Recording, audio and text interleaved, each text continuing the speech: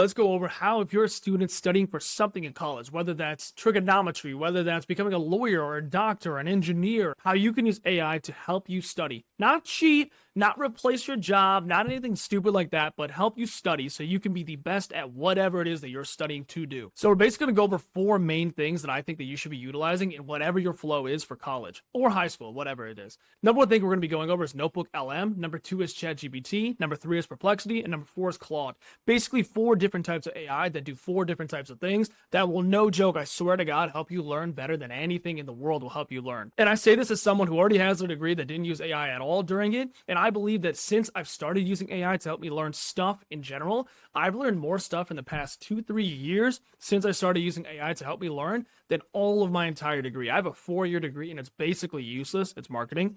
And in that degree, not only did I learn nothing, but I've learned and had more fun and have been more receptive and eager to learn using AI than I have been in my 22 years of schooling. So let's get into that. So first thing I want to go over is something called Notebook LM. This is made by Google, actual Google. So this isn't some random website. This isn't something that's going to steal your identity, nothing like that. No, this is made by Google to actually help you learn. This is marketed as your research and thinking partner. Basically, you upload your PDFs, website, YouTube videos, audio files, Google Docs, stuff that you got from your professor, your syllabus, whatever it is, into here, and you can do stuff like this. Can you summarize the story of Ulysses? Or here's the notebook for the class that I'm learning from. Here are all my notes, etc. And then you're able to interact with it in a much more easier way than if you're even on Notion, or if you're using Obsidian, or if you're just on like Canvas, whatever the thing is where like you interact with your classes. I think I had Canva.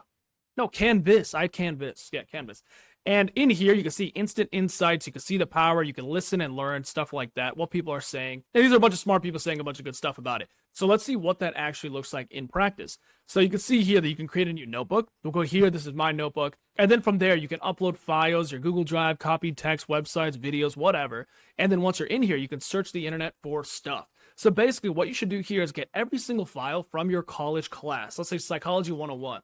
Feed it into here, your syllabus, your study guide, the book that you have to read, any other information, the videos that they're feeding you, feed it into here. And once you have it in here, you basically have a notebook, an entire place that you can interact with all this information from, talk to, and then learn from, rather than having to read everything right here, which can get very, very exhausting. So even if you are a person that can learn from reading, or that can learn from just reading a 500-page book in one sitting, that's great. But sometimes you get really bored, and sometimes your brain just mentally needs a different way to digest information. So if you're a visual learner, if you learn better by listening to podcasts or whatever that is, this is the place that you can do that. And then once you've done all those things, you can have an AI podcast generated based on your sources. Like, it'll talk to you. You can listen to it when you're in the car. You can listen to it when you're at the gym. You can listen to it while you're listening to this video in the background, whatever. You can do a video overview. It'll generate a video based on what you put into there that you could watch on 2x speed or in the background while you're studying something else. You can make a map. You can quiz you, a data table, slide deck, infographic, reports, flashcards, anything.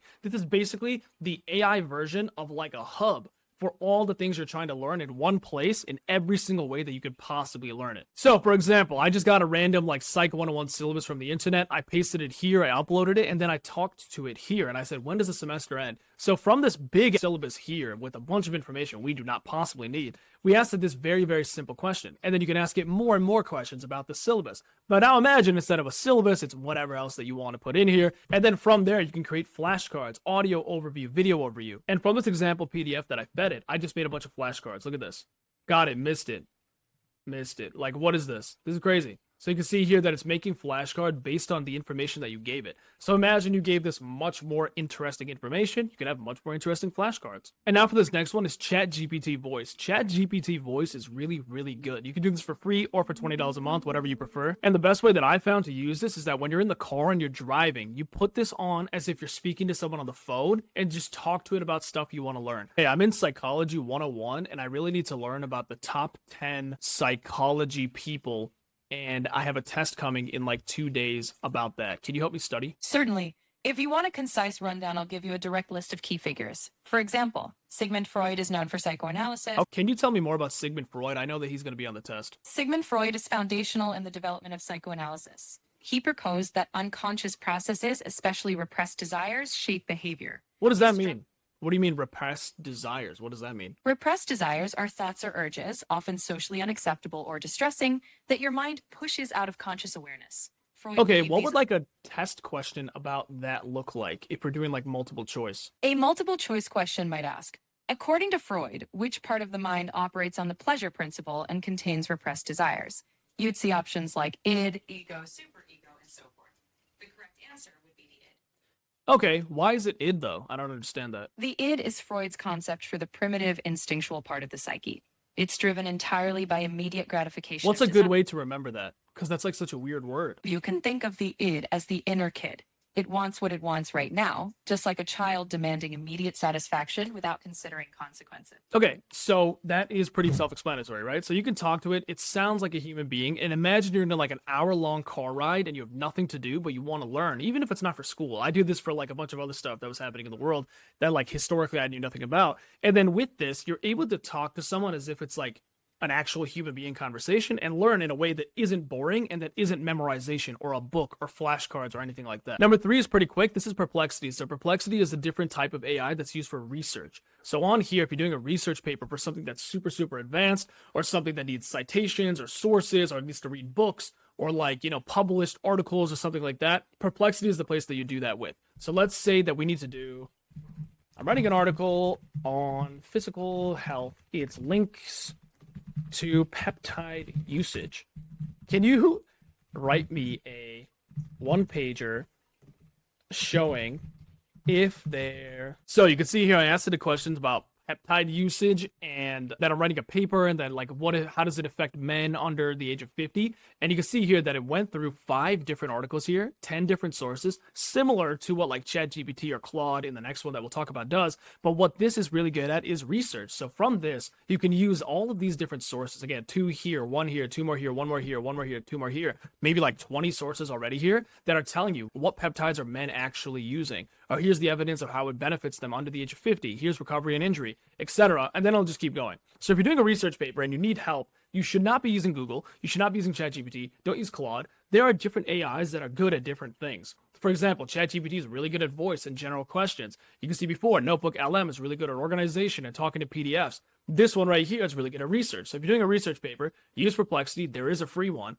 And when you do that, you have all of this information. Again, it kept going, kept going. You can ask it follow-up questions. You can see its sources. You can cite these in the paper that you're writing. And with that, you'll have a much better time writing not just the draft, but formulating the plan on a research paper that you're writing on whatever subject. And then last but not least is OG Claude. So Claude Code is the thing that you see what people have been like vibe coding with, and all the videos I made in the past, we use Claude Code. And this right here, the model of AI, Opus 4.6 here is a new one that is probably the best AI in the world at doing anything. So you can ask Claude Code all of the questions that we asked the previous ones, but it might not be as good as research in this one. It might not be as good as voice in ChatGPT, but you can basically ask it any question ever about anything. You could write, learn, code, life stuff, Claude choices, whatever, in this one place. And I guarantee you it'll be as smart as any AI is out there right now. And this $20 a month subscription for Claude is basically all you need, because there is a voice one here. It's not as good as ChatGPT, but it's still plenty good. It's still not that bad. There is a research thing that you can do as well, but this $20 subscription for Claude Code is probably the best like ROI on the planet right now for anything.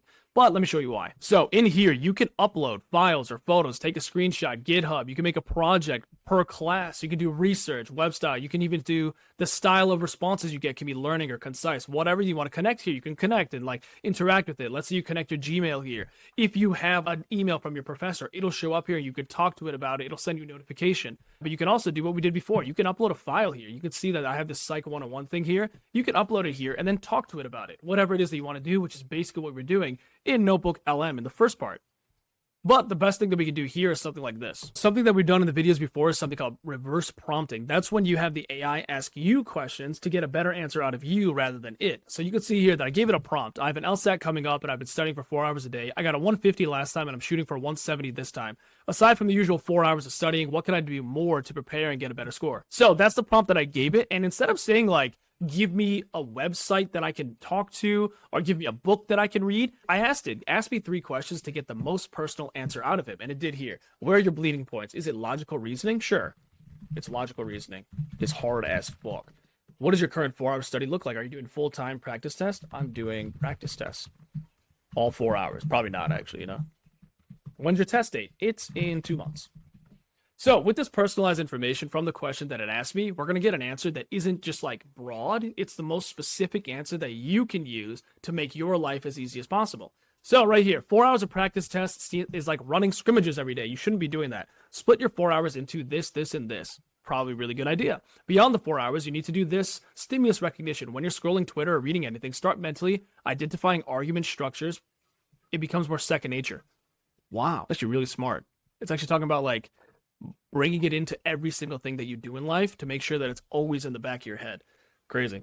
Okay, now one more thing here is do a practice test 1 per week. Sleep and exercise are non-negotiable. You need to be sleeping and exercising. Those are really good. Want me to build you a 2-month week-by-week study plan? Yes, sure.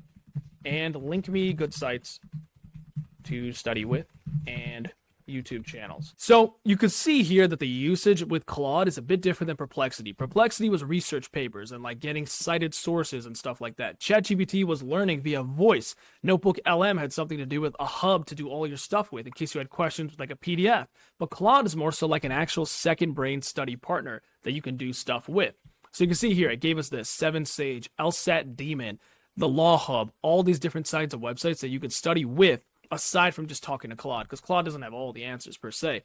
Books, if you want to read books, if you still do that, I don't know. YouTube channels as well. It's all this 3 of the same that we got up here, so maybe their YouTube channels are really, really good. It's also made this plan here for you, which is really, really good. And if you gave it access to your calendar, it can add stuff to your calendar. And the way that you do that is pretty simple. Just add your calendar here. You can add all sorts of stuff like Notion, Calendar, Google Drive, Gmail, whatever. And from this, any other question that you could possibly have, you give it to it. But if you don't know what to ask it or what to give it, you just tell it to ask me more questions.